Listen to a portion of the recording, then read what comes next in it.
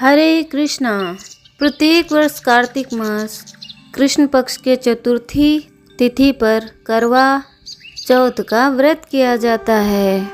इस शुभ अवसर पर विवाहित स्त्रियां पति की लंबी आयु एवं सुख समृद्धि में वृद्धि के लिए करवा माता की पूजा करती हैं। साथ ही करवा माता के निमित्त कर्म करवा चौथ का व्रत भी रखकर अपने पति की लंबी आयु और अच्छे स्वास्थ्य के लिए प्रार्थना करती हैं।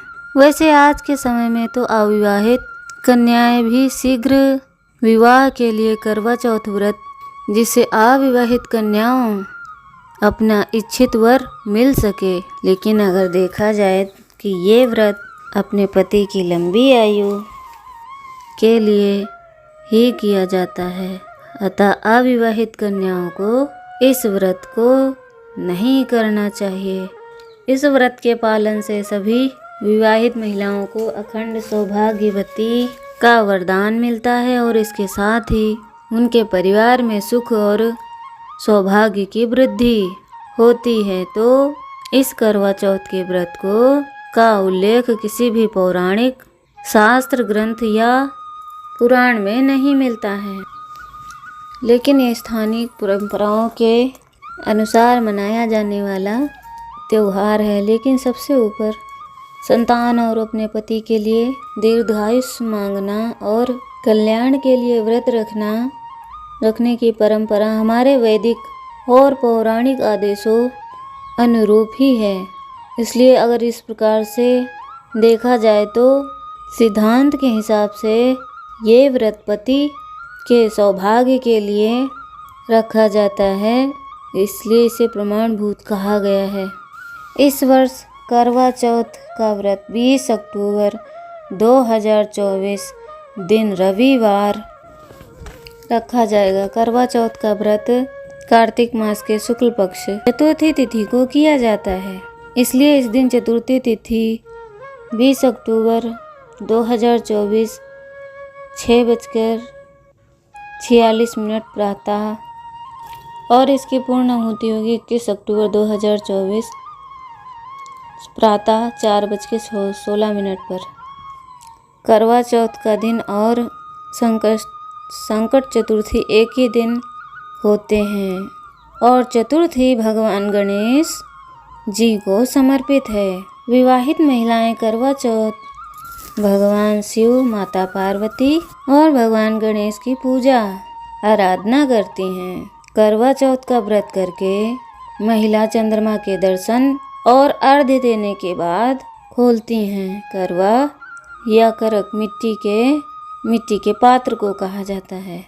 इसे चंद्रमा को जल या अर्घ्य प्रदान किया जाता है। करवा चौथ की पूजा में करवा अति आवश्यक है। इस व्रत को कठिन व्रतों में से भी एक माना गया है। इस व्रत में अन्न भी नहीं लिया जाता है और ना ही जल। इस व्रत में बिल्कुल निर्जल किया जाता है और पूरे दिन उपवास करने के बाद चंद्रमा का उदय होता है, तभी चंद्रमा के दर्शन करके उनको अर्घ्य देने के बाद ही ये व्रत खोला जाता है। चंद्रमा के दर्शन करने के बाद अपने पति के हाथों से पानी पीकर अपना व्रत का पारण किया जाता है। तो करवा चौथ के दिन चंद्रोदय शाम 7:54 इसके बाद आप चंद्र दर्शन करके अपने व्रत का पारण कर सकते हैं। अब देखिए, अलग अलग शहरों में चंद्रोदय का समय अलग अलग हो सकता है। यह समय कुछ मिनट आगे पीछे हो सकता है, इसलिए आप जहाँ भी रहते हैं वहाँ का समय आप स्थानिक चेक कर लीजिए। करवा चौथ के दिन सबसे पहले सूर्योदय के समय में पूजा की जाती है और शाम को फिर से पूजा की जाती है। संध्या पूजन का अधिक महत्व माना गया है, जो प्रदोष काल में किया जाता है। इसलिए करवा चौथ के दिन प्रदोष काल का शुभ मुहूर्त है। शाम 5:46 से लेकर 7:02 तक पूजन की कुल अवधि 1 घंटा 46 मिनट है। करवा चौथ का व्रत सुहागिन महिलाएं ही कर सकती हैं, लेकिन अगर करवा चौथ के समय स्वास्थ्य को लेकर कोई आपत्ति है, समस्या है या फिर कोई गर्भवती महिला है तो उन्हें ऐसे समय में ये व्रत नहीं करना चाहिए। भी अगर कोई महिला करना चाहती है तो जल, फल इत्यादि लेकर कर सकते हैं। अब बात करें मासिक धर्म की, यानी कि पीरियड्स में महिलाएं को व्रत करना चाहिए या नहीं।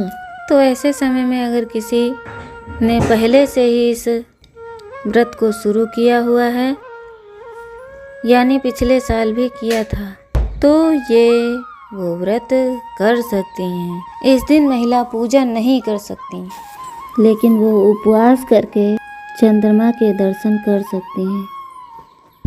इसलिए ऐसे समय में भी आप करवा चौथ का व्रत रख सकते हैं। मानसिक रूप से माँ पार्वती, शिव जी की आराधना करके अपने पति की लंबी आयु प्रार्थना कर सकते हैं। तो हमें आशा है कि हमारे द्वारा दी गई ये जानकारी आपको अच्छी लगी होगी। और अगर आप चाहते हैं कि करवा चौथ व्रत विधि और कथा भी सुनना चाहते हैं तो हमें आप कमेंट बॉक्स में लिखकर बताइए। हम प्रयास करेंगे उसे भी आपके लिए लेकर आने का, और उसे सुनने के लिए आप अपने इस चैनल को सब्सक्राइब करें। हरे कृष्णा।